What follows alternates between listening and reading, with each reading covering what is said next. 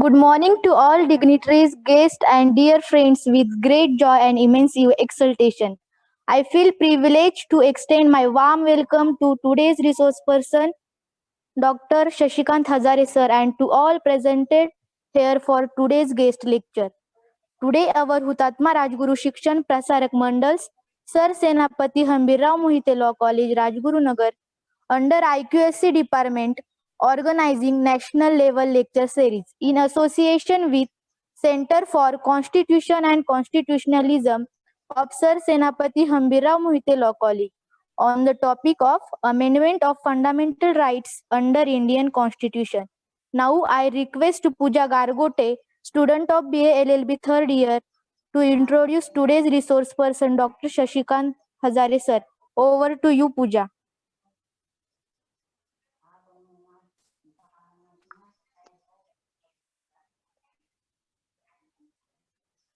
It's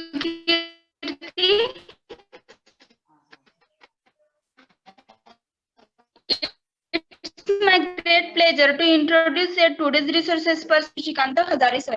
Sir has joined Army Law College Pune as principal, dean and professor at School of Law, MITW in July 2019. Sir has received Best Teacher Award by SLS Pune. Sir has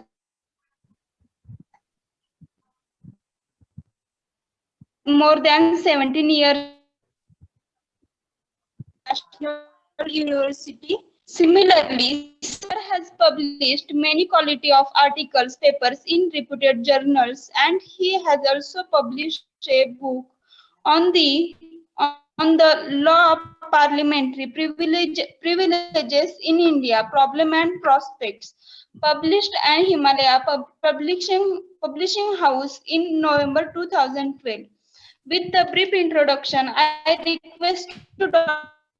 Shashikanta Hazare sir to deliver the lecture on the topic Amendment of Fundamental Rights of Indian Constitution. Thank you. Thank you, Pooja. Now I will request today's resource person, Dr. Shashikant Hazare sir, to deliver today's lecture. Over to you, sir. Thank you, Pooja. Good morning. At the very outset, I would like to extend my heartfelt thanks to the organizers of this webinar, especially Professor Kiran Shinde, for giving me this opportunity to interact with you on one of the most important academic topic, Amendment of Fundamental Rights under the Indian Constitution. Now, before I go to the topic of amendment of the Constitution and fundamental rights, let me introduce you to some basic concepts like Constitution, fundamental rights, and directive principles of state policy. If you understand these three concepts very well, it will be easier for you to understand the topic which is given to me today, that is the amendment of fundamental rights under the Indian Constitution. Now, what is Constitution? See, Constitution is the whole system of government of a country. It is collection of rules which establish and regulate the government. So Constitution establishes three principal organs of the government: the legislature, the executive, and the judiciary, and regulate them. Constitution is an instrument through which the arbitrary powers of the government can be regulated or controlled. So Constitution prevents the government from becoming oppressive or tyrannical. It also protects certain basic natural and inalienable rights of the individuals. The famous political scientist John Acton has once said, power tends to corrupt and absolute power corrupts absolutely. The Constitution keeps the governmental organs like legislature, executive within their legal bounds. That is why it is known as the supreme law of the land, supreme law. Yeah, I request the participants to please unmute themselves because there are some disturbances, some noise. Please mute yourself. Sorry, I'm sorry. Please mute yourself so that there is no disturbance in between. mute your mics. Go ahead, sir. No problem. I have mutes to all of you. Okay, okay. Now, what are fundamental rights? Fundamental rights are guaranteed under Part 3 of the Indian Constitution. They are certain basic, natural, and inalienable rights. The shifting and transient, that means temporary majority in the legislature, cannot tamper with these rights which are permanent. The fundamental rights can be classified into two categories: civil rights and political rights. Civil rights enable the individuals to lead a normal social life. For example, right to equality, freedom of speech and expression, freedom of movement, freedom of occupation, trade and business, right to life, right to privacy, freedom of religion, etc. Political rights enable the citizens to participate in the political affairs and governance of the country. For example, right to form associations and unions, including political parties, right to assemble, right to information, right against arbitrary detention, and right to fair trial.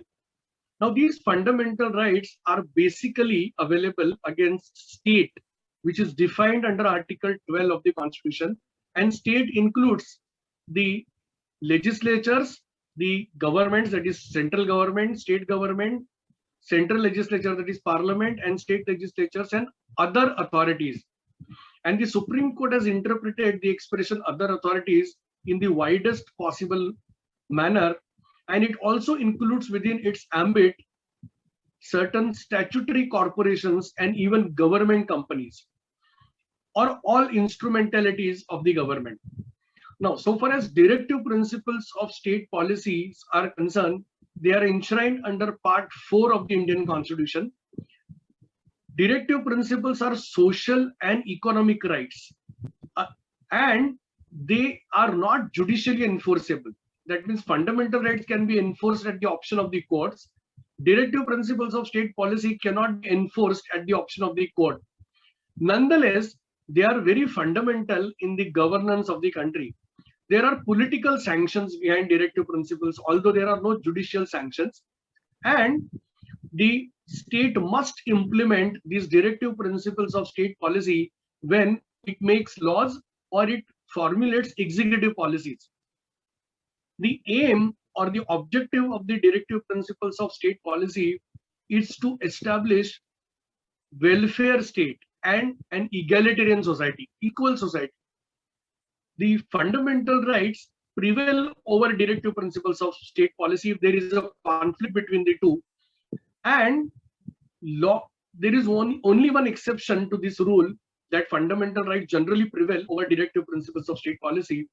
For example, under Article 39 of the Constitution, a directive principle is prescribed, that is, the state must ensure that there is no concentration of wealth in few hands, and the material resources of the community should be distributed in such manner so as to subserve common good.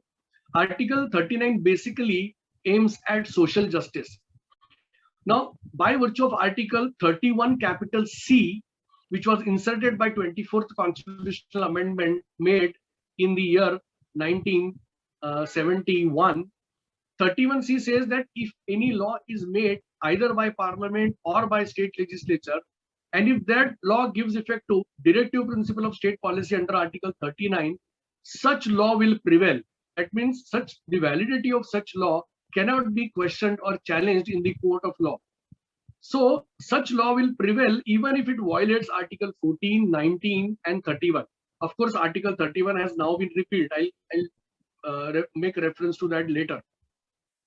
So directive principles of state policy, they are useful in interpreting the scope of fundamental rights. Now, for example, if a restriction is imposed on a fundamental right, in order to give effect to a directive principle of state policy, the court will presume that the restriction is reasonable. Now, for example, if suppose cow slaughter is banned, thereby affecting the fundamental rights of the butchers under Article 19(1)(g), and court has to decide whether this is a reasonable restriction on the fundamental right under 19(1)(g). Under 19(6), the restriction must be reasonable. and it must be in public interest. So the court has held in the past that as cow slaughter ban gives effect to a directive principle of state policy under Article 48 of the Constitution, the restriction on the fundamental right is presumed to be reasonable restriction. So directive principles can be used as an internal aid of interpretation. And the balance between the fundamental rights and the directive principles of state policy is part of the basic structure that was held in Minerva Mills. I will explain Minerva Mills later in the course of my discussion. Now, let me first tell you the context in which the doctrine of basic structure, which regulates the power of the parliament to amend the constitution, was evolved in India. Now, the context was this, listen carefully.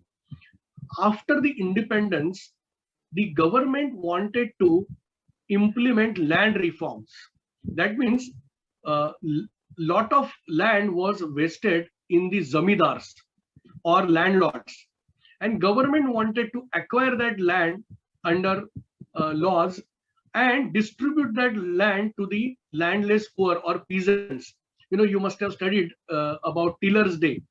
So the parliament and state legislatures started enacting laws for acquisition of the property, and under these laws government started acquiring private property for public purpose. That means for distributing that land among the landless poor or the tillers.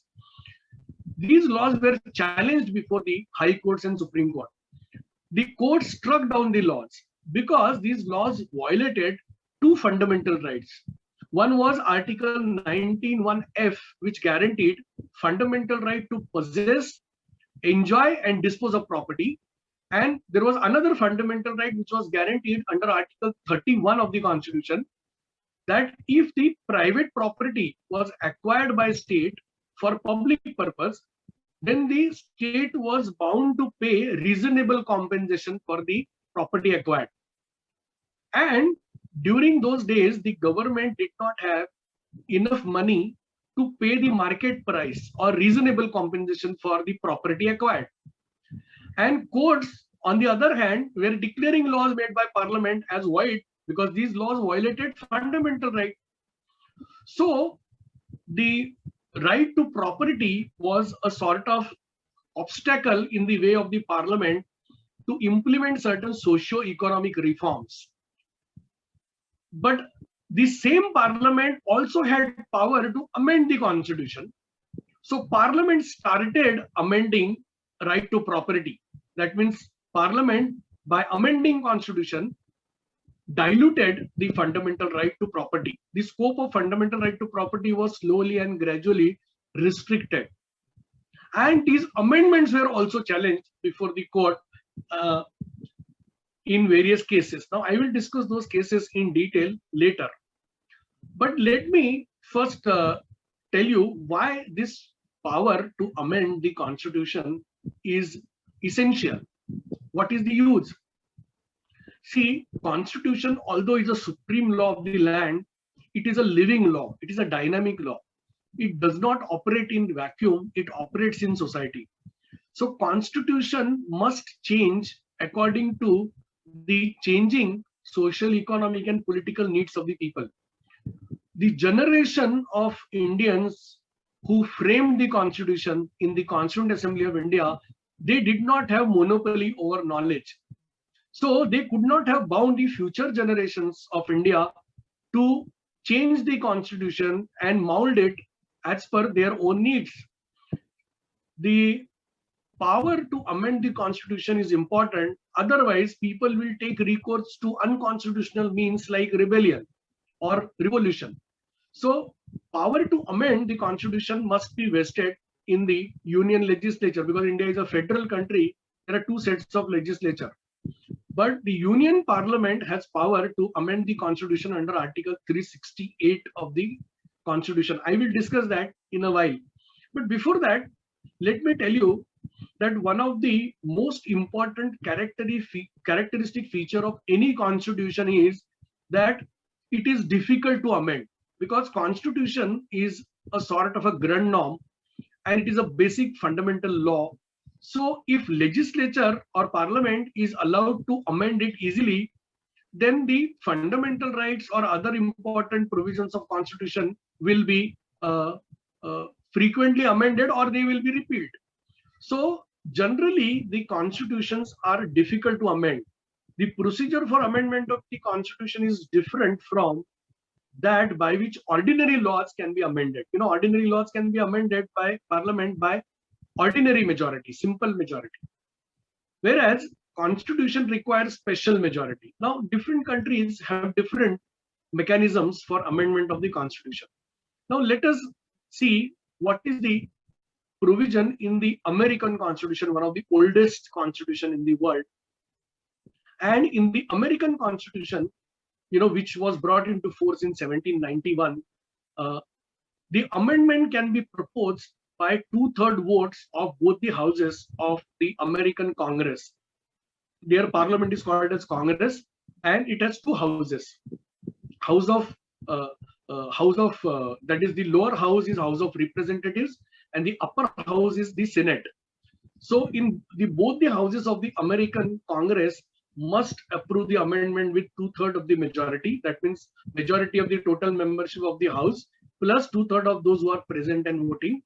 And it further requires the ratification by people. That means there is a referendum which is conducted.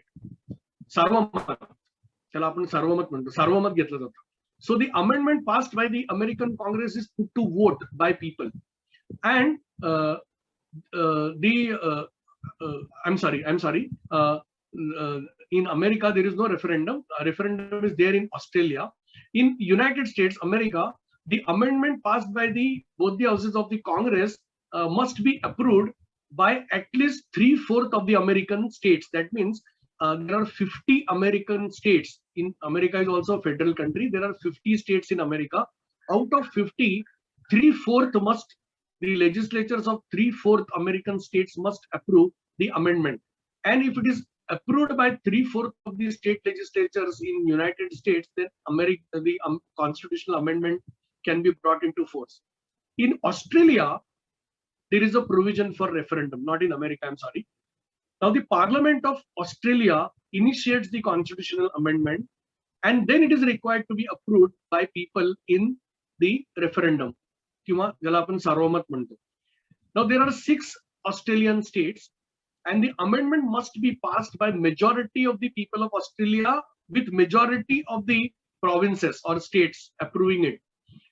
Now the last constitutional amendment which was made in the Australia was in 1977. That means since 1977 no amendment has been made. And in 1999 one amendment was passed by the Australian Parliament, and it was sent to people for vote. And this amendment was about to make Australia as a republic, because Australia is not a republic, it is a constitutional monarchy. The head of Australia is the Queen of England. The head of the state is not elected like India, So they wanted to make it republic. The people of Australia rejected the amendment. Now you will be surprised to know that since the year 1900, that means in last 121 years, only 8 amendments have been made in the Australian Constitution. If you see United States, only 27 amendments have been made in the American Constitution since 1789. So 27 amendments have been made in America since 1789. 8 amendments have been made in the Australian Constitution since the year 1900. So that shows that the Constitution is a rigid document. It is very difficult to amend. If you go to France, you will find that the amendment has to be first passed by both the houses of the French Parliament. There are 2 houses of French Parliament, Senate, which is the upper house, and the National Assembly, which is the lower house. And then the amendment, after it is passed by the French Parliament, it has to be approved by way of a referendum by people of France, by way of a simple majority. And if you want to avoid referendum, there is an alternative provided in the Constitution, that such amendment passed by both the houses of the French Parliament can be again passed with 3/5 of the majority, 3/5 of super majority in the joint session of both the houses of the parliament, that is the National Assembly and the Senate. And only 24 amendments have been made in the French Constitution since 1958, because the Constitution of the Fifth Republic was made in France in 1958. Now, coming back to India, Article 368 of the Indian Constitution provides the procedure for amendment of the Constitution. Now, there are two types of procedures. Certain provisions, including fundamental rights, rather most of the provisions, including fundamental rights, can be amended by the Union Parliament with the majority of both the houses of the Parliament, simple majority of both the houses of the Parliament, plus 2/3 of the members present and voting. So it's a special majority. Majority of each house of Parliament plus 2/3 of those members who are present and voting. And in case of federal features, that means the provisions or features of the Constitution which regulates the relations between center and states, because India is a federal country. So provisions which govern the federal relations between the union government and the state governments, such provisions require for amendment 2/3 majority of both the houses of Parliament, plus in addition to that, ratification of the amendment by at least 1/2 of the state legislatures in India. I think there are 27 states in India, out of which 1/2 must approve the amendment, 1/2 of the state legislatures out of 27, and or 28, whatever is the number. Now, for example, the provisions which relate to Supreme Court, High Court, 7th schedule of the Constitution, which divides the legislative powers between the center and the states. Then the provisions which deal with distribution of the executive and legislative powers between center and states, Article 368 itself, and provisions pertaining to the election of the President of India. Now, these provisions require 2/3 majority of both the houses of Parliament plus ratification by at least 1/2 of the state legislatures in India. Okay. Now, how many amendments have been made in the Indian Constitution since 1950? 104 amendments have been made in the Indian Constitution since 1950. I will tell you about the two recent amendments. First is 103rd Amendment, which was passed in the year 2019, January 2019. And by way of this 103rd Amendment, Article 15, subclause 6 was inserted in the Constitution as an exception to right to equality, which provides 10% reservation to economically weaker sections in the unreserved category. That means from the upper castes, 10% reservations for them who are economically weak in the government services and education institutions. Then 104th Amendment, 104 Amendment was passed in January 2020, very recently. And by this amendment, the deadline for reservation of seats for scheduled caste and scheduled tribes in the Lok Sabha and the state assemblies is extended by another 10 years. The political reservations, the deadline was up to 2020, so it is extended by another 10 years. Okay. Now, before I go to the case laws, let me tell you about one very important provision. You must have studied Article 13(1)(3) of the Constitution. 13 subclause 2 says that state shall not make any law which either takes away or abridges any of the rights guaranteed under this part, and to the extent of such contravention, law be void. So what does it mean? That any law which is inconsistent with or which violates fundamental rights under Part 3 of the Indian Constitution is void. That means such law can be declared as void by the courts, either the High Court under 226 or Supreme Court under Article 32 of the Constitution, because validity of laws made by Parliament or state legislatures, or even the delegated legislation, rules, regulations, bylaws, notification, order, ordinances, customs, usages having force of law can also be challenged in the court for violation of fundamental right. So Article 13(2) says that any law which violates fundamental right is void law. Okay, now keep this in mind. The very first constitutional amendment was made in the year 1951. That means immediately 1 year after the constitution was brought into force on 26 January 1950. This first amendment was made by the Constituent Assembly of India itself, because in 1951 there was no parliament in existence. The first general elections were held in India in the year 1952. So from 1950 to 1952, the Constituent Assembly of India was acting as the provisional parliament. So Constituent Assembly of India as provisional parliament amended the constitution, and some changes were inserted in the constitution, some changes were made, and one important change was to insert two new provisions, 31 capital B and 31 capital A.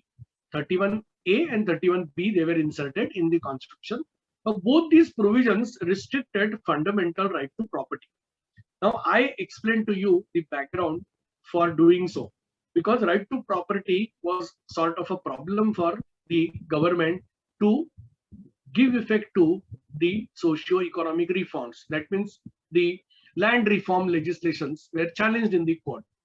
So by way of 31A, laws which nationalized industries, that means if suppose under a law, the government takes over the management and control of any particular industry or bank or whatever, such law cannot be challenged even if it violates fundamental right. That is 31B. So right to property under 19(1)(f) and 31 was restricted by 31A. 31B says, 31B has to be read with 9th schedule of the constitution. 31B says that if any law, ordinary law, which is otherwise violative of fundamental right, and court must have declared it void, even if it is void, if any law made by parliament or state legislature, if such law is inserted in the 9th schedule of the constitution, 9th schedule is called as the constitutional dustbin. So if an amendment is made in 9th schedule of the constitution, and if such law is inserted in that, then such law becomes immune from judicial review.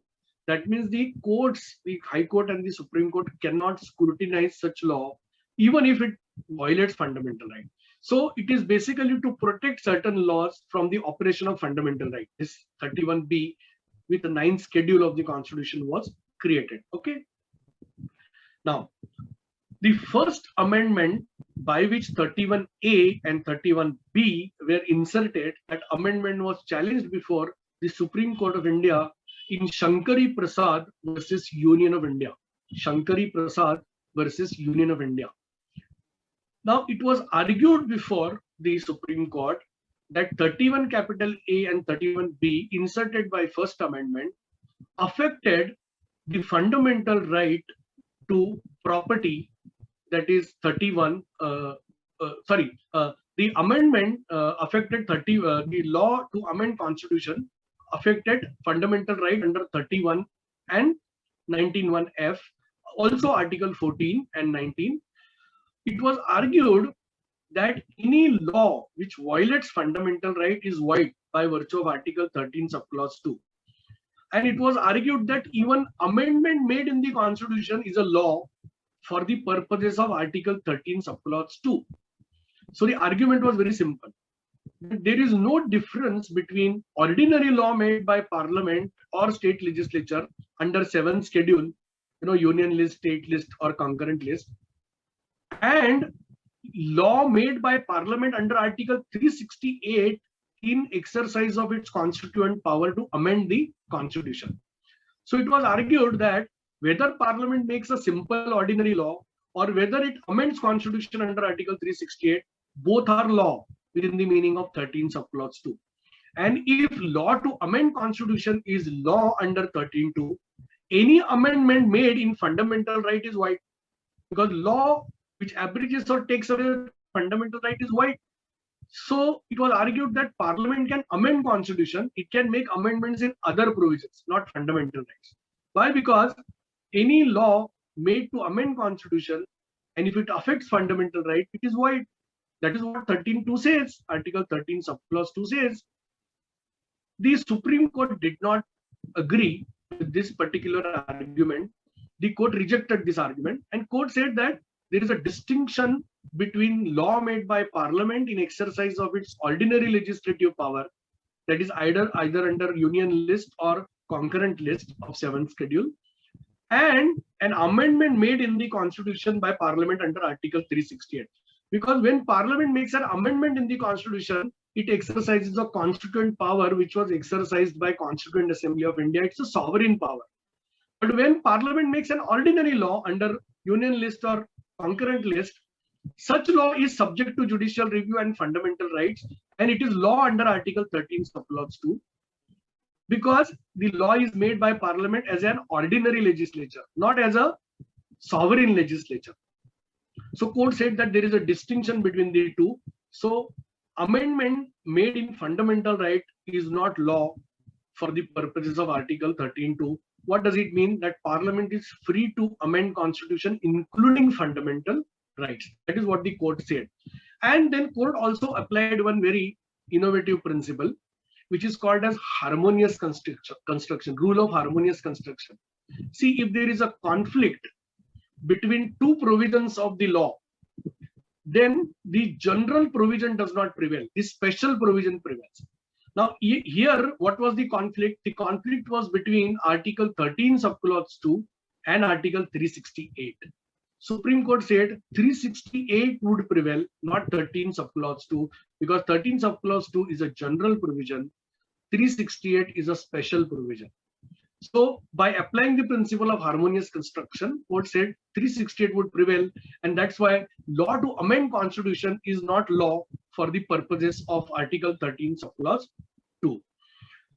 Then subsequently, in the year 1965, in Sajjan Singh versus State of Rajasthan, 17th constitutional amendment was challenged. 17th amendment. Now, by way of 17th amendment, certain land reform legislations and certain other laws, they were placed in 9th schedule of the Constitution by virtue of 31P. An amendment was made in 9th schedule of the Constitution, and these laws were placed in 9th schedule so that court do not touch them, because then they become immune from judicial review, even if they violate fundamental right. So the government wanted to protect these laws from right to property and other fundamental rights like Article 14.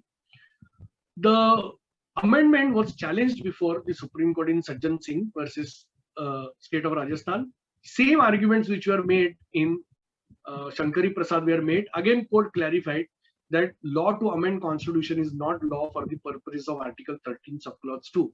The expression law used in 13.2 only includes ordinary law made by Parliament, not an amendment made under 368. One more argument was made in Sajjan Singh that Article 368 requires Parliament to the amendment. If the amendment made in Constitution affects the powers of the High Court, then such amendment cannot be made by Parliament alone. So, in addition to the 2/3 majority of both the houses of Parliament, such an amendment would require ratification or approval by at least 1/2 of the state legislatures in India. Now there are 27, 28 states. Out of that, 1/2 must approve. It was argued that this particular amendment, by which certain laws were placed in 9th schedule, affected the jurisdiction of the High Courts, because now High Court could not question the validity of these laws, and its jurisdiction under 226 was diluted or restricted. So it was argued that the amendment was void because the procedure under 368 was not followed. The Supreme Court rejected this argument and said that in pith and substance, that means if you see the amendment in its totality, not some isolated provisions, court said that in pith and substance, this particular amendment, 17th amendment, related to agrarian reforms, and it did not relate to powers of the High Court. It only incidentally, superficially, and in insignificant manner affected the High Court. That means the amendment basically did not make any change in the provisions regulating High Court's power. It only incidentally, superficially affected the powers of the High Court. But one very interesting fact about Sajjan Singh's case was there was one dissenting judgment. There was one judge, Justice Mudholkar. Justice Mudholkar, he gave a dissenting opinion in this case, and he said that fundamental features of the constitution could not be changed. Now I tell you something, that some constitution expressly provide as to what can be amended by their parliament and what cannot be amended. Now, for example, if you see German constitution, Article 79 of the Constitution of Germany, it says that the German parliament can amend constitution, but it cannot amend three things. What are those three things? Human dignity, federalism, that is the relation between center and states, and democratic form of government. In the French constitution, it is provided that French parliament can amend anything, but not republican form of government. Now, if you see Indian constitution, Article 368, there is no express bar against parliament that parliament cannot amend something. Parliament can technically amend everything, all provisions of constitution. And technically, the parliament can repeal this particular constitution and make a new constitution, technically speaking. If you go by the wording of Article 368, not spirit, I'm not talking about spirit of law, I'm talking about the literal meaning of 368, literal interpretation. So Justice Mudholkar said that there are some inherent limitation on the power of the parliament to amend constitution. You cannot simply amend anything and everything, because then otherwise it would be like a constituent assembly. Then subsequently in the year 1967, in Golaknath versus State of Punjab, 1967, Golaknath versus State of Punjab, again the validity of 17th Amendment 17 was challenged before the Supreme Court. Now this time, 11 judges bench was constituted by the Chief Justice of India, 11 judges. And the judgment in Shankari Prasad and Sajjan Singh was now overruled with the majority of 7 to 6. With the majority of 6 to 5. There were 11 judges. 6 judges, majority judges, held that with prospective effect. That means the court said that all amendments made before 1967 would be valid. Their validity could not be questioned. But the court with prospective effect said that Parliament henceforth cannot amend fundamental rights. The judgment was delivered by the then Chief Justice Subba Rao along with 5 other judges, and he said that fundamental rights occupy transcendental position. That means permanent position. And there is no authority created by a constitution which is competent to amend fundamental rights. And if you want to amend fundamental rights, you need new Constituent Assembly of India. The Parliament cannot do that because Constitution creates Parliament. Parliament has not created Constitution. So Constitution is the creature of the Parliament. Rather, Parliament is the creature of the Constitution. So Parliament cannot, take away the Constitution or fundamental rights. So the court was concerned that if the Parliament slowly and gradually takes away fundamental rights, a day would not be far, a day is not far, said the court, when India would pass into a totalitarian regime. That means it would be a dictatorship. And court was concerned about the preservation of the fundamental rights. Because if Parliament is allowed to amend or repeal fundamental rights, unlimited power is given, then it will affect the democracy in the long run. And the Supreme Court said that law to amend Constitution is law within the meaning of 13 subclause 2. There is no difference between ordinary law made by Parliament and the law made under Article 368 to amend the Constitution. Both are law under 13(2). And court said that even if Parliament makes law unanimously, that means suppose a law is made by both the houses of Parliament without any dissent, without any opposition, all members of both the houses of Rajya Sabha and Lok Sabha vote in favor of that particular law. Can you still challenge the validity of that law in court if it violates fundamental right? The answer is yes. So court says that even if a law is made unanimously by parliament, it is subject to fundamental rights and court can declare it void, ordinary law.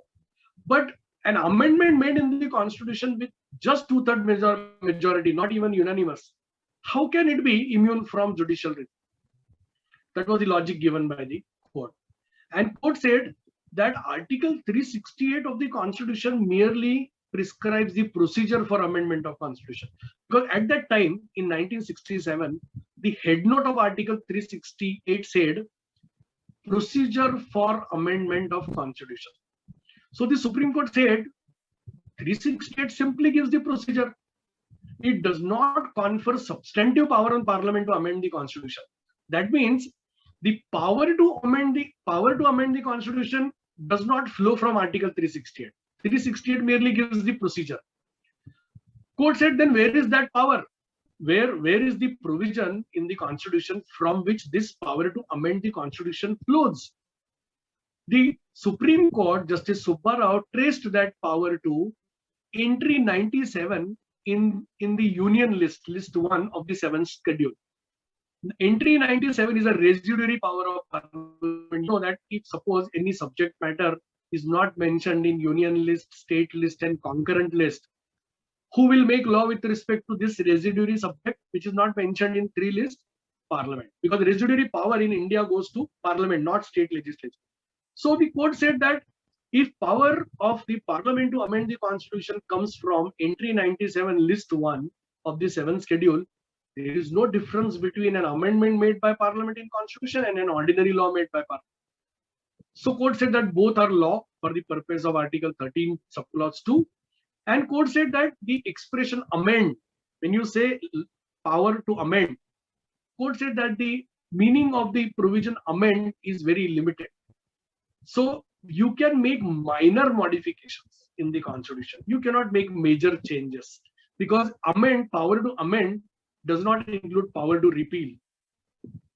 So what was the implication of Golaknath's judgment? You know, Golaknath was a problematic judgment. Why? I'll tell you. See, fundamental rights, even under the American Constitution, are not amendable. They are not beyond the power of the American Congress to amend. Rather, in the original American Constitution, there were no fundamental rights. Fundamental rights were introduced by series of amendments made later, 14 amendments made in the American Constitution. And the question which is very relevant is, how can the framers of the Constitution how can the framers of the Constitution leave the power of the Parliament to amend the Constitution in entry 97 list 1? You know, it is such an important power. So ideally speaking, Article 368 gives both the power to amend the Constitution as well as procedure.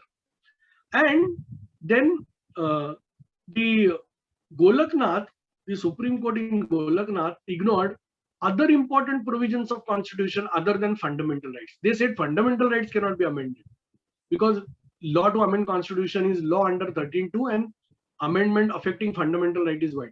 But what about some other important features of Constitution which may be equally important as fundamental rights, or rather more important? For example, democratic form of government, republican form of government, judicial review, independence of judiciary, rule of law, separation of power, federalism, secularism. What about these features or provisions pertaining to these features? So Golaknath was a problematic judgment. Now, Mrs. Indira Gandhi was the prime minister at that time, having brute absolute majority in both the House of Parliament and in most of the state legislature, because Congress was ruling in almost all states in India. And Mrs. Gandhi did not like the approach of the judges in Golaknath. She was against judges deciding political issues, because power of the Parliament to amend the Constitution is a political power. And ideally, judges should not go into political questions. So she said, judges who are not elected by people, who do not have people's mandate, how can they interfere in political matters? Because she has the mandate. So she was unhappy with the judgment. Now, to override the judgment, an amendment was again made. 24th and 25th amendments were made in the year 1971. By way of 24th amendment, Article 13 was amended and 13 subclause 4 was added in the constitution. Now 13 subclause 4 made a clarification that law to amend constitution under Article 368 is not law for the purposes of Article 13 subclause 2. Article 368 has also changed the head note. Now the head note was changed. Earlier it was procedure for amendment of constitution. Now this expression was substituted by another expression. Now it was power of the parliament to amend the constitution and procedure therefore. Now this change was made to take away the basis of the argument made by Justice Subba Rao in Golaknath, that Article 368 does not give the power to amend constitution, it merely gives the procedure. So head note of 368 was changed, and then one more change was made in the procedure. It was laid down that once the amendment is passed by both the houses of parliament, the President of India must give his assent immediately to the amendment. Now this was made, this change was brought about to make a distinction between ordinary law and the amendment in the constitution, because ordinary law, the President can send back the bill passed by both the houses of parliament for reconsideration of the parliament. And now it was laid down that an amendment, if it is the bill which amends constitution, is passed by both the houses of parliament, President is bound to give his assent. It is mandatory for him to give his assent. It is not optional or discretionary with him anymore. So this change was made to take away the argument made by the Golaknath that there is no difference between procedure for making ordinary law and procedure for amending constitution. And then 25th constitutional amendment further amended Article 31, which guaranteed right to compensation for acquisition of property by state for public purpose. Earlier, the expression compensation was used. Now this expression compensation was replaced by price. That means earlier, if property was acquired by government, private property for public purpose, government was bound to pay market price, reasonable compensation. And if the law did not provide for that, such law could be challenged in court. Now that expression compensation was replaced by price. Now see, price could even be 1 rupee. That means government will take away your property worth crores, and they will give you 1 rupee as the compensation. So compensation was replaced with price, and price could even be 1 rupee. Then by way of 25th amendment, one more article was inserted in the constitution, 31 capital C. And I have already mentioned 31C, that if any law is made by parliament or state legislature to give effect to directive principle under 39, then such law will prevail even if it violates fundamental right under Article 14 and 19. And then second part of 31C provided that there is no judicial review. The power of the court was taken away to go into the question whether such law actually gives effect to directive principle under 39 or not. Now the validity of both 24th and 25th amendment were challenged before the Supreme Court in Keshavananda Bharati versus State of Kerala 1973 case, which is a landmark judgment, and this was decided by 13 judges, 1-3, with the majority of 7 judges as against 6 minority or dissenting judges. So 7 versus 6 majority, 13 judges bench of the Constitution. Golaknath was overruled. The Supreme Court said Golaknath was wrongly decided. The law to amend Constitution is not law for the purpose of 13 subclause 2. Parliament can amend everything and anything, including fundamental rights.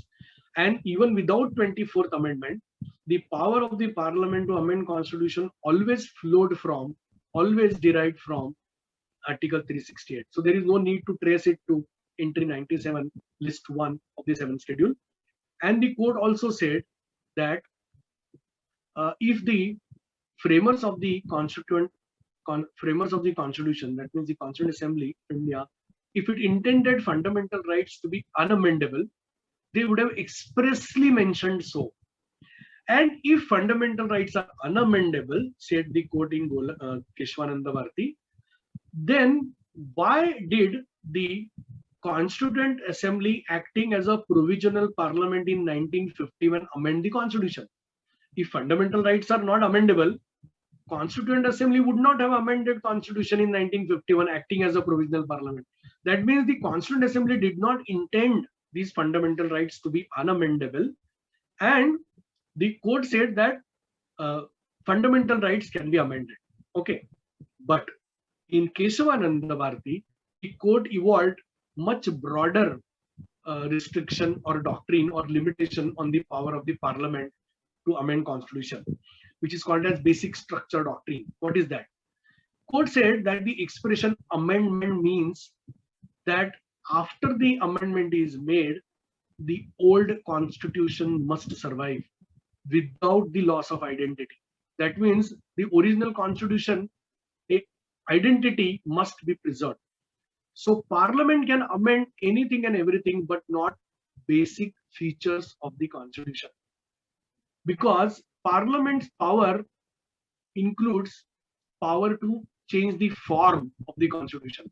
It cannot change the substance, because change in substance is a constituent power which only Constituent Assembly could exercise. Parliament can change the form of the constitution. It cannot change the substance. And the Supreme Court upheld the 24th and 25th Amendment both, but second part of 31C was struck down. Court said that exclusion of judicial review violates basic structure, because court said that there are certain features of constitution which parliament can never amend. For example, rule of law, separation of power, democratic and republican form of government, federalism, secularism, and the judicial independence of judiciary or judicial review. And court said that this list is merely illustrative. It is not exhaustive, because court can add many features later. So that was Keshavananda Bharati versus State of Kerala, in which basic structure doctrine was evolved. That parliament cannot change basic structure of constitution. It can make some changes here and there. Then came a very landmark judgment, Indira Nehru Gandhi versus Rajanarayan, 1975. I'll tell you the background of this case. See, Mrs. Indira Gandhi was sitting Prime Minister of India in 1975. And the parliament's term came to an end and general elections were announced. And she, while acting as a acting Prime Minister during election, she again contested Lok Sabha election from Allahabad constituency in Uttar Pradesh. Mrs. Indira Gandhi was elected to Lok Sabha from Allahabad constituency, and she defeated her political opponent Raj Narayan. Raj Narayan filed an election petition in the High Court under Section 100 of the Representation of the People Act 1951, because High Court has the jurisdiction to entertain election petition. And under Representation of People Act 1951, if a candidate contesting election adopts corrupt practice during election, suppose the candidate is guilty of corrupt practice, then the election of such candidate can be questioned in court of law. That is High Court under Section 100 of the Representation of the People Act. So the the election of Mrs. Indira Gandhi was challenged before the High Court. The High Court declared her election void because she was guilty of corrupt practice. She allegedly used the government employees for campaigning in the election. She misused government machinery. She distributed gifts to the voters, allegedly. And she also allegedly used religious symbols in the election, because at that time, the Congress party symbol was cow and calf, not hand. So the election was set aside by Allahabad High Court. Mrs. Indira Gandhi filed an appeal against the decision of the Allahabad High Court in the Supreme Court. Now, while her appeal was pending, the stay was given to the decision of the Allahabad High Court. She was allowed to continue as Prime Minister and attend Lok Sabha, but she was not allowed to vote. Now, during the pendency of this appeal in the Supreme Court. On 25th June 1975, Mrs. Indira Gandhi's government declared national emergency under Article 352. All fundamental rights were suspended, including freedom of speech. Press censorship was imposed. All political opponents of Mrs. Gandhi, including the sitting members of both the House of Parliament, they were detained under a preventive detention law, notorious law called MISA, Maintenance of Internal Security Act. So all these leaders and opposition MPs were detained in prison, and she brought an amendment in the constitution, and that was 39th constitutional amendment was brought. And what was the change brought about by 39th amendment? Article 329 capital A was inserted in the constitution. Now, before I tell you about 329A, let me tell you about the regular provision of 329. See, Article 329 says that Parliament has to make a law and create the mechanism for resolution of electoral dispute.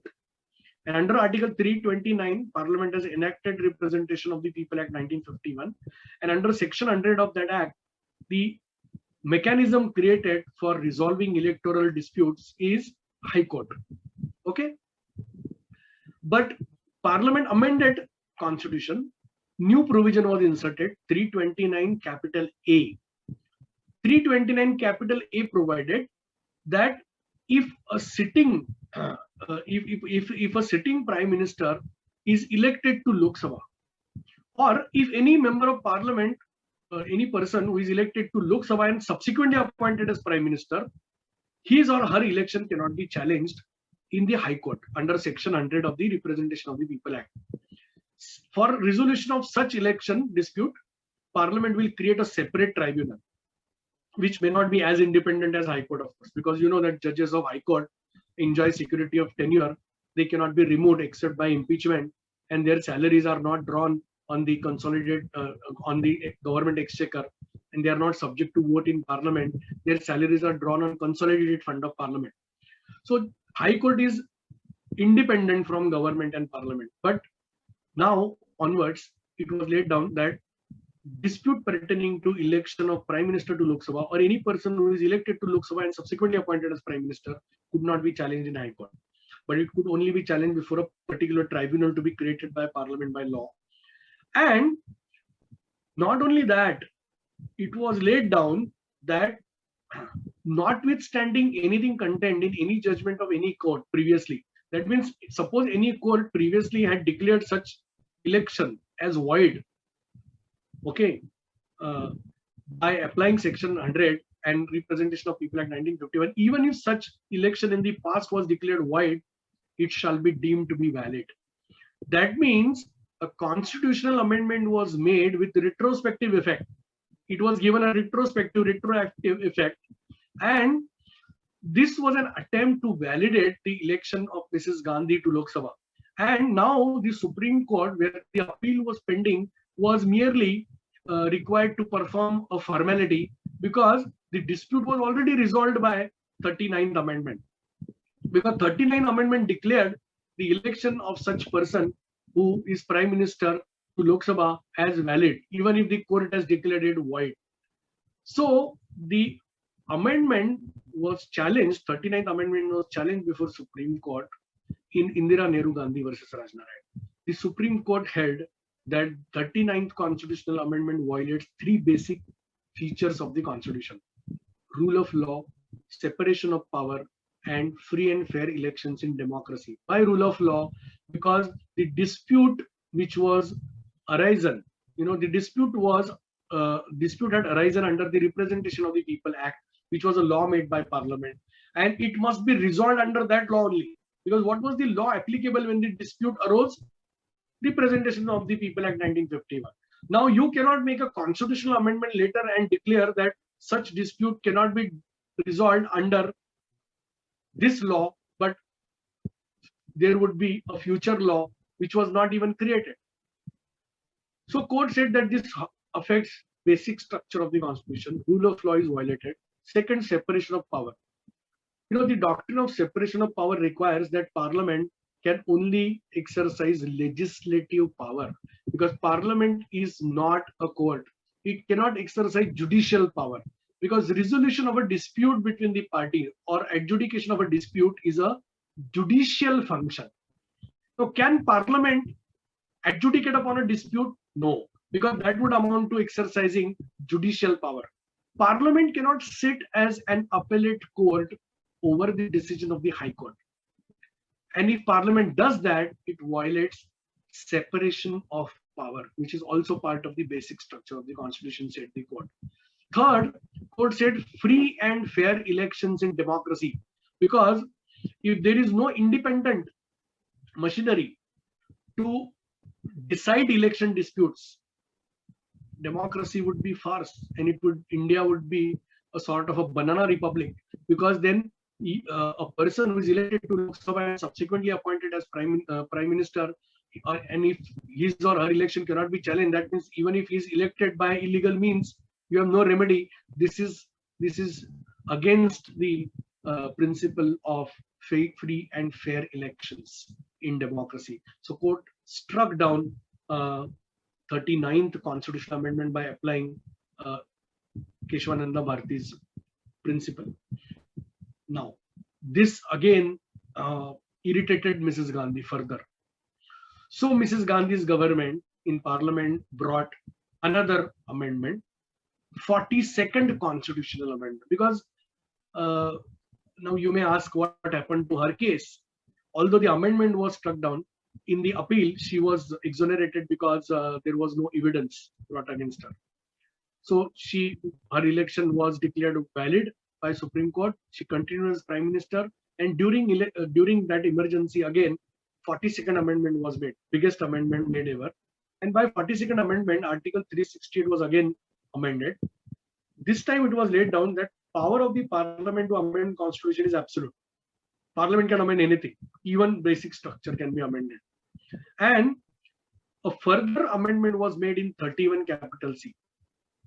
See, earlier 31C provided that a law giving effect to Article 39, directive principle under 39 would prevail even if it violated fundamental right under 14/1931.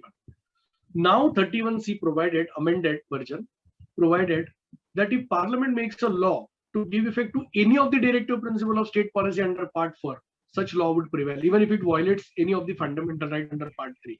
That means the entire chapter on directive principles of state policy was made superior to the chapter on fundamental rights. The Supreme Court struck down 42nd Amendment. Supreme Court said that balance between fundamental rights and directive principles of state policy, that balance is part of the basic structure. So 31C, the amended 31C was declared void. Old amendment 31C was reinstated. Then the amendment made in 368 was also struck down. Court said Parliament cannot amend Constitution and increase its own amendment power, because limited power of amendment of Parliament is itself part of the basic structure. So Parliament cannot amend Constitution and increase its limited power to unlimited power. And court said that it cannot abrogate Constitution. Otherwise, what will happen? Parliament will amend Constitution and declare that the constitutional law of India is hereby repealed. That means the Constitution will be nullified, and then this Parliament can make a new Constitution. Court said it is not permissible. So 42nd Amendment was struck down. Then I will discuss two more very important judgments so far as amending power is concerned, and then we will open the floor for question and answer. In 1997, in L. Chandra Kumar versus Union of India, the Supreme Court held that power of the High Courts under 226 and 227, power of the High Court to judicially review the administrative action is part of the basic structure. Now, what was the issue in this case? See, by 42nd Amendment, Parliament was authorized to make law and create certain tribunals to resolve certain special disputes, for example, customs, excise, or service-related disputes between government and its employees. So, Parliament enacted Administrative Tribunals Act 1985.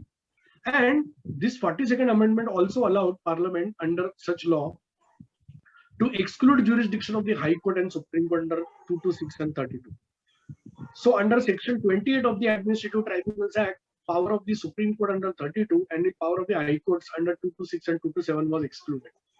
The amendment was challenged before the Supreme Court. During the pendency of the petition, the Parliament amended the Administrative Tribunals Act 1985 and restored the jurisdiction of Supreme Court. But the jurisdiction of the High Court was not restored. The Supreme Court held that judicial review of administrative action by High Court under 226 is part of the basic structure. So to that extent, the 42nd Amendment was declared void. Now, last case, very recent case, and then I will stop. See, by way of 99th Constitutional Amendment, 99th Constitutional Amendment, which was made in 2014. Let me tell you that this amendment was virtually made unanimously in both the houses of Parliament. Both Lok Sabha, Rajya Sabha, all members voted for this amendment except one member in Rajya Sabha, and that was late advocate Shri Ram Jethmalani. Except Ram Jethmalani, all members of Rajya Sabha and all members of Lok Sabha, they voted in favor of this amendment. And what was the amendment? The amendment created National Judicial Appointments Commission. You know, in India, the judges are appointed, judges to Supreme Court and High Court are appointed by the President in consultation with the Chief Justice of India. And you know that in Judges Case 1, 2, 3, Supreme Court has held that the opinion of the Chief Justice of India is entitled to primacy in the matter of appointment of judges. That means the President is bound by the advice of the Chief Justice of India. So the judicial appointments to Supreme Court and High Court, the final word lies with Chief Justice and the Collegium. You know, the Supreme Court created a Collegium system where Chief Justice and 4 senior-most judges of the Supreme Court, they act as a Collegium and they decide. Government has no final word. So consultation by the President with the Chief Justice was held as concurrence. The expression consultation was read as concurrence. And by way of 99th Amendment, National Judicial Appointments Commission was created to abolish this collegium system of appointment of judges, which gives discretion to the judiciary and not executive. So this National Judicial Appointment Commission was to comprise of Chief Justice of India as the chairperson, plus 2 senior-most judges of the Supreme Court as members, Law Minister as a member, and 2 eminent persons. So that means 2 judges, Law Minister, and 2 eminent persons. That means the body was to be of 6 members, Chief Justice and 2 judges, senior-most judges 3, Law Minister 4, and 2 eminent persons. 6 members. Now these 2 eminent persons, which were to be appointed on National Judicial Appointment Commission, they were to be nominated by another committee. And that committee was to comprise of Chief Justice of India, the Prime Minister of India, and the leader of opposition in Lok Sabha. The Supreme Court struck down 99th Constitutional Amendment and National Judicial Appointment Commission Act, both amendment and the ordinary law, which was made to give effect to the amendment. Both were challenged. Supreme Court struck them, and court said in 2015, the name of the case is Supreme Court Advocates on Record Association 2 versus Union of India. And in this case, the court said that independence of judiciary is part of the basic structure of the Constitution. So adequate representation and primacy to the judiciary in the matter of appointment of judges is part of the basic structure. That means, and in National Judicial Appointment Commission did not give adequate representation to judiciary, and it did not give final word to the judiciary. So it violated basic structure.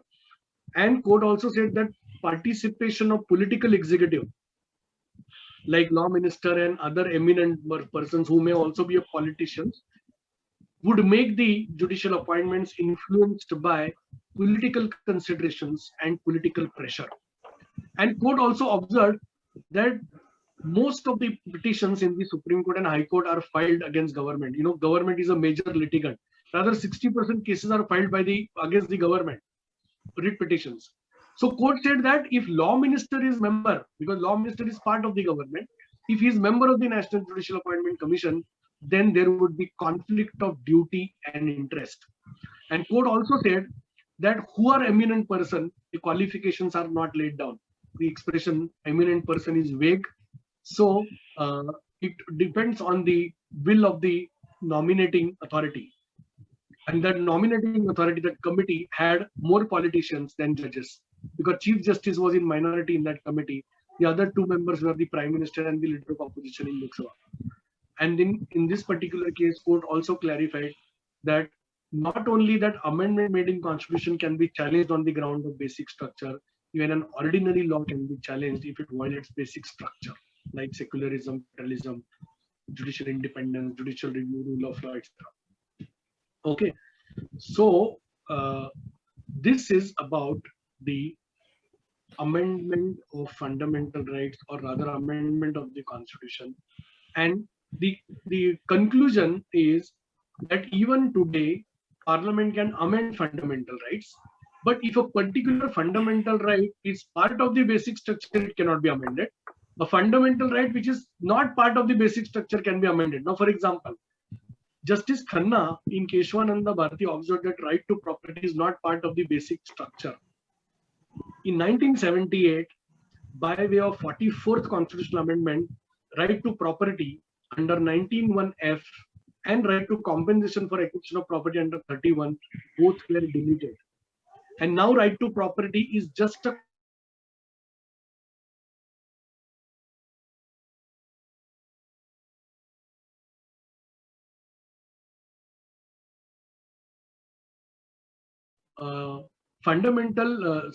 the right to property, the person cannot be deprived of property by mere executive order. It requires law, but the law which deprives him from property cannot be questioned, because now right to property has ceased to be a fundamental right.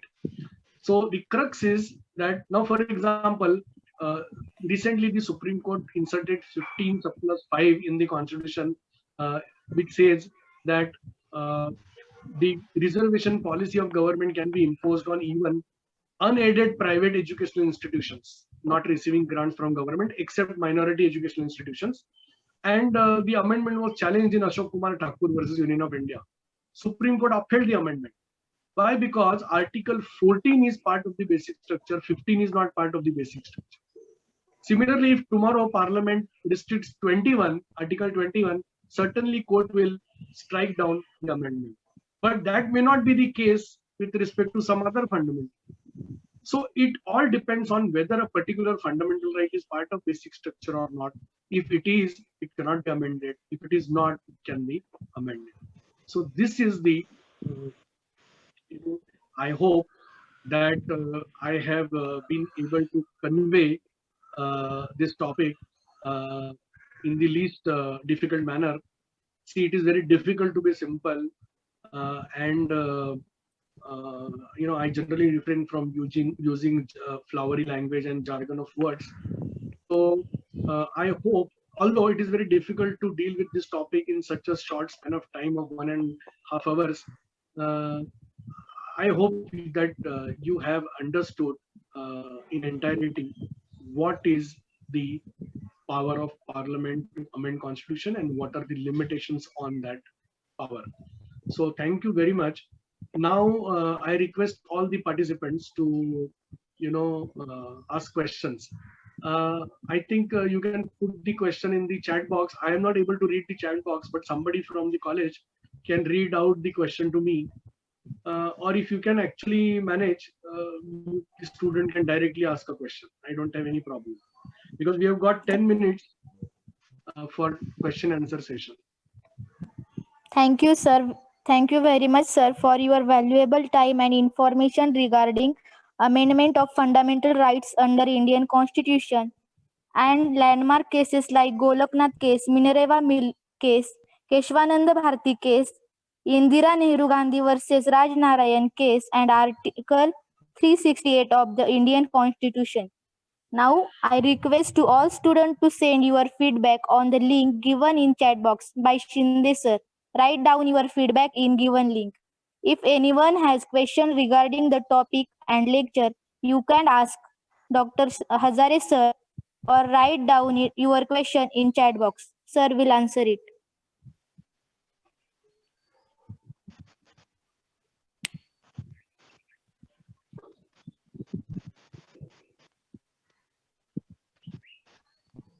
See, I can't see the chat box, so somebody can help me with that.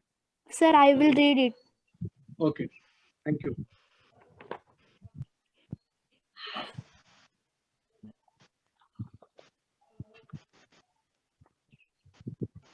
See, if you don't ask questions, there are two possible explanations. One is that you have understood everything, and second is you have understood nothing. So what should I presume? Please ask questions.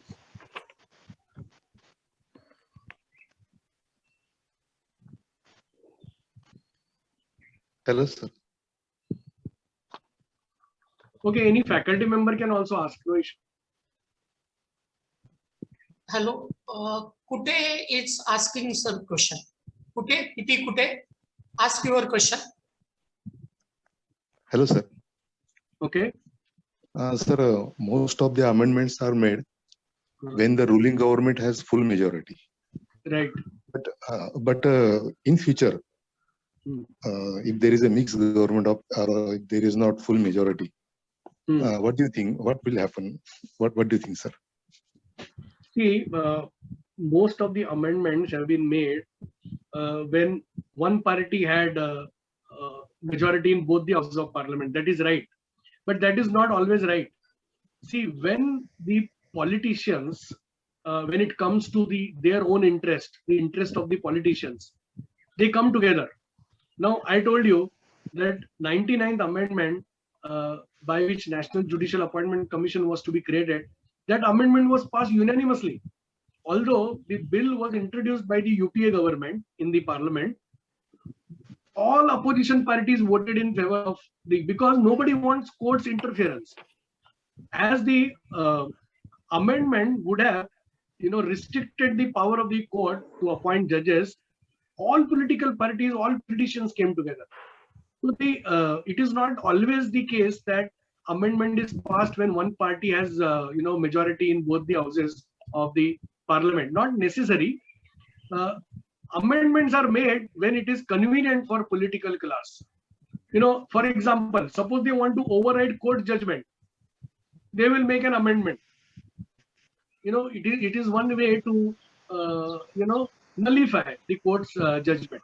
So, and all politicians, the vote bank politics requires all political parties, they have their own compulsions. So if there is some court decides a case which goes against popular sentiments, because court is not supposed to woo the majority. The judges don't contest elections. So they will uphold constitution. They will not uphold what majority thinks. See, majority is not right. Constitution is supreme, not majority opinion. Rather, fundamental rights are given to us against majority, because majority is not always right. When Jesus was crucified, the majority was in favor of the crucifixion. So majority is not always right. And the fundamental rights are basically protection against the transient majority in the legislature. So amendments are made when politicians unite together and they agree on certain things. Of course, when one party has a majority or in both the houses of the parliament, it becomes easier for the political leadership, strong leadership, like I will give example of Mrs. Gandhi or the current establishment, to pass an amendment. It becomes easy. But in India, in my personal opinion, there should be some provision for referendum, because that means the amendment should go to people. People's opinion should also be taken whenever constitution is amended, like Australia or like France, because we cannot leave this particular subject to the discretion of the politicians or political class. It's highly untrustworthy, the political class. So if you want to safeguard the fundamental rights or other important features of constitution, in my personal opinion, we should create the mechanism of referendum. But again, who will create that? That will again require an amendment, and that amendment can only be made by political parties. Why should they make amendment to put themselves in trouble? I don't think they will put, they will dig their own grave. So it appears difficult. So only way out is that if amendment goes against the people's interest, or if the amendment violates basic feature, we can always go to court and challenge the amendment. Of course, it all depends on the credentials and integrity of the judges deciding the case. If the judges scare or judges fear to go against the establishment, judgments like ADM Jabalpur versus Shivkant Shukla are delivered. So you never know. And another way out is public pressure through media and press, because we have a free electronic media and press. But again, there is a problem. Most of the media channels, if you watch today, they are owned by corporates, and they simply agree with government. They generally, they are all pro-establishment. Now, for example, except channel like NDTV, you will hardly see criticism of government. Or except newspaper like Indian Express or Hindu, you will hardly see any criticism of the government. And these days, governments are also becoming intolerant, both center and state governments. So any criticism of the government is seen as sedition, unfortunately. And that is why Supreme Court had to intervene recently and say that mere criticism of government is not sedition. Unless there is a intention or tendency to incite violence, the offense of sedition under 121 cannot be made out. So I think the only way out is public opinion. That is the biggest limitation on the abuse of power. Yes. Sir, one more question is there. Yes. Thank you, sir. Most of the amendments done in Constitution in many times, but still dates people are fighting their basic fundamental rights. How can we overcome this issue? See, just I think I have answered this question, that merely having a good constitution or having so many amendments in the constitution will not help. Those who operate constitutions, our political class, the kind of people we elect in parliament and state legislature, kind of people who become ministers and then actually implement or enforce the constitution, their character, their credentials matter. So when we elect people, we should go beyond religion, caste, language, race, all these issues. And we should elect people only on the basis of their own individual contribution, as well as the policies and programs which they give to people. So voting on communal grounds, religious grounds, dividing people on the ground of religion, caste, this is old tactics of political parties.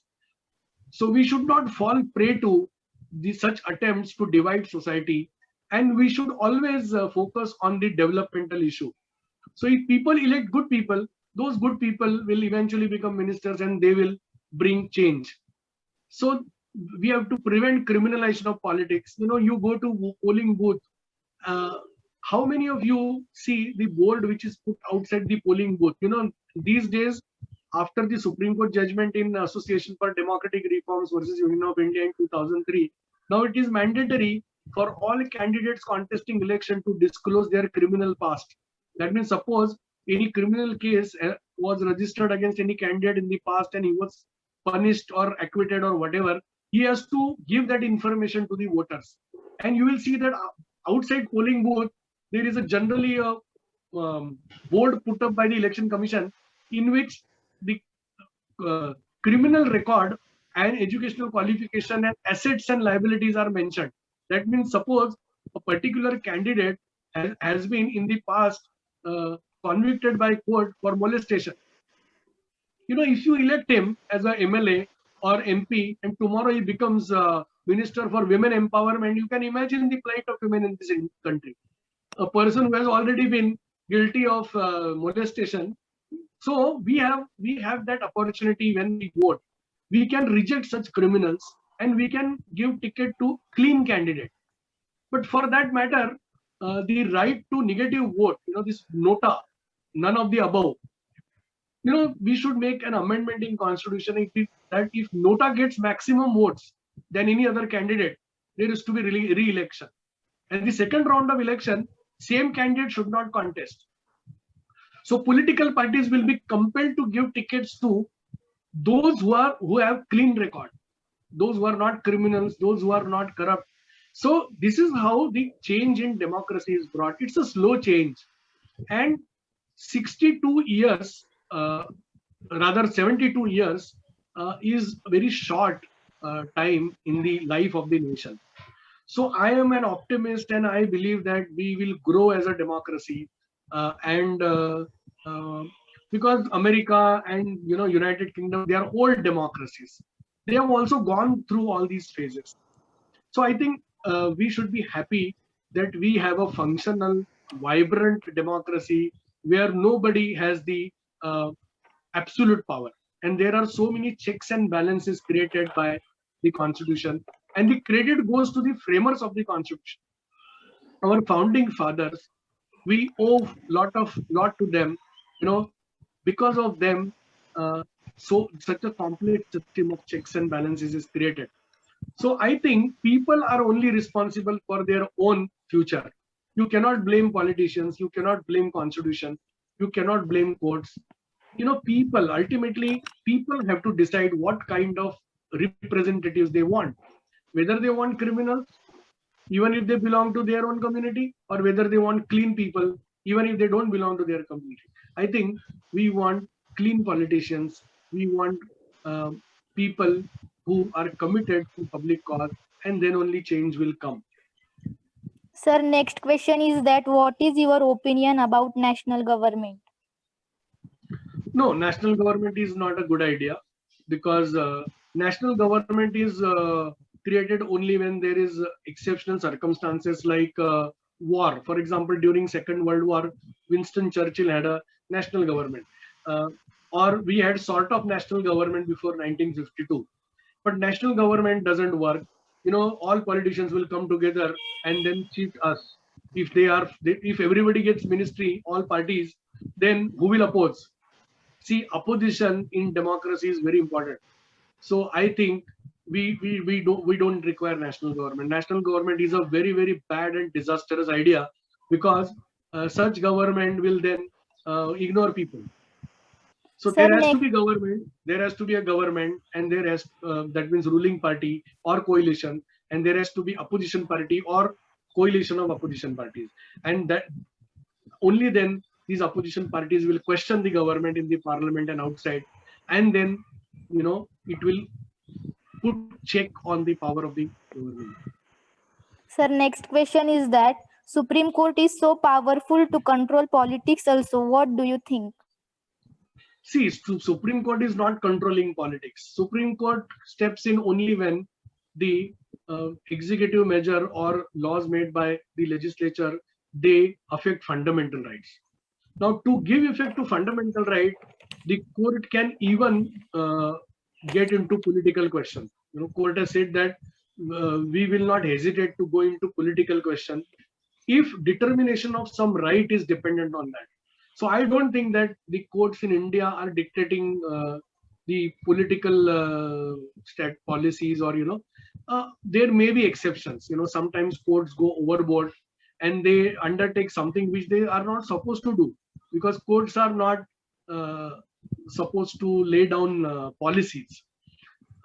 Sometimes they overreach, but mostly the courts have done well. The lot of credit goes to the Supreme Court for whatever democracy we have today, in whatever form it is still alive thanks to the Supreme Court and the courageous judges of Supreme Court like Justice H.R. Khanna. So I think we don't have to be pessimistic, and our country has great future with such a great constitution and such a great law students like you, because you are the torch bearers. You will only make difference. to others. Lawyers have shaped the destiny of this country. Lawyers contributed in the formation of the nation and drafting of the constitution. So lawyers play a very important role because only lawyers are courageous. Only they can go against establishment, and they have the forum in the form of judiciary to do so. So I think lawyers, you are, you are very lucky. You are very fortunate that you have that power, or you will have that power after you pass out from law college, to make change to others' life. Bringing change to others' life. It is such an empowering profession, legal profession, that one lawyer can make such a difference to other people's lives. So you should not forget this larger objective, that whatever you do in life, in whatever capacity, try to make sure that you bring change to others' lives, because there is a purpose to our life. God has created us with some purpose.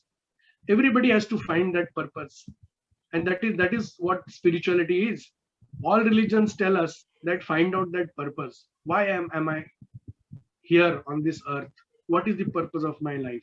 Once you get purpose of your life, then things will be easier, and I think you can make a lot of difference to not only India but mankind in general.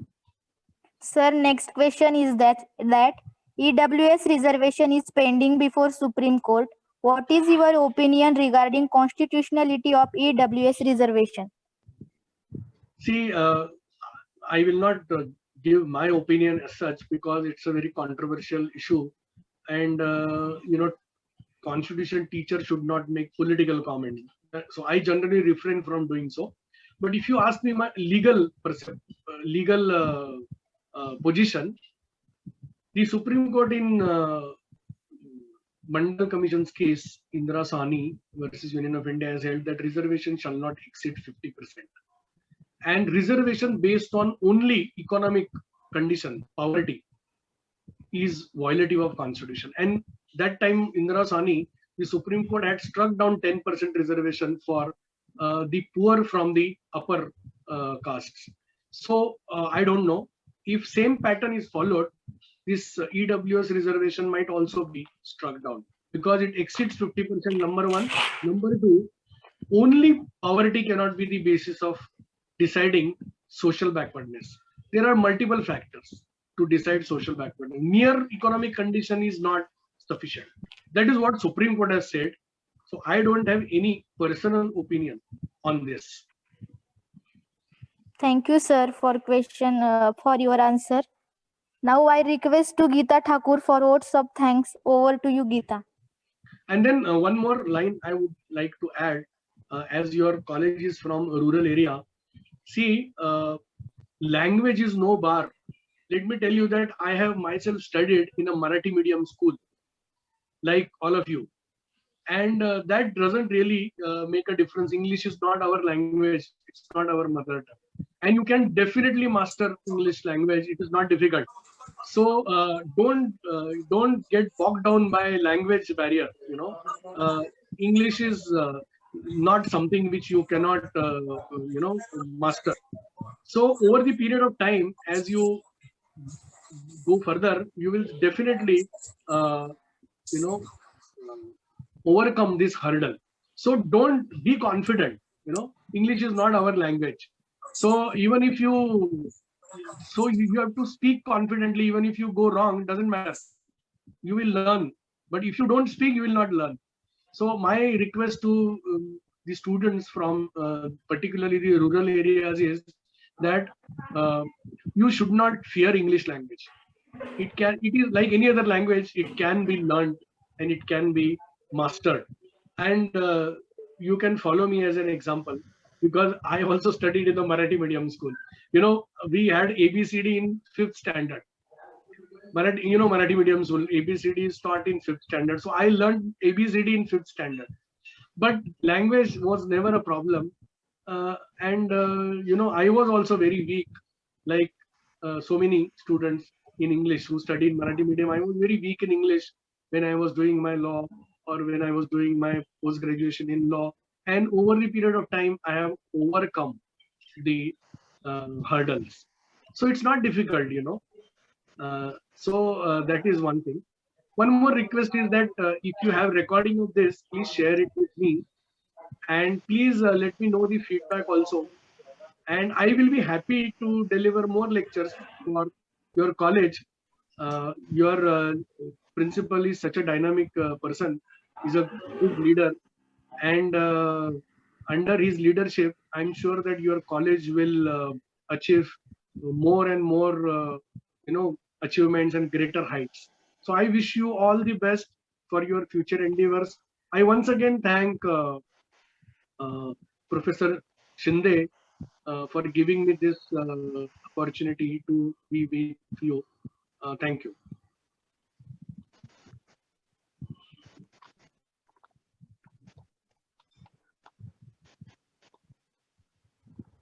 Hello. Good afternoon, all. I am honored and lucky to have an opportunity to give a vote of thanks of today's guest lecture. Thank you, sir, for sharing your words with us. I express thanks to the chief guest of our program, Dr. Shashikant Hazare, sir, for giving valuable insight and guidance to our students. I would express thanks to founder of HRSPM, Honorable Mr. Dilip Rao Mohite Patil, the treasurer, Mrs. Surekatai Mohite Patil, for their support for organizing such a great event at our college through this Zoom meeting. I would thank to our principal sir for his efforts in organizing this event. Last but not least, I thank you all the students for showing their interest in this program. I once again thank everyone for making this program successful, and thank you one and all present here. With the permission of organizing committee, I declare that the program is over. Thank you. Thank you. Thank- Namaskar. Thank you, Geeta. Namaskar. Thank you, sir. Thank you. Thank you very much.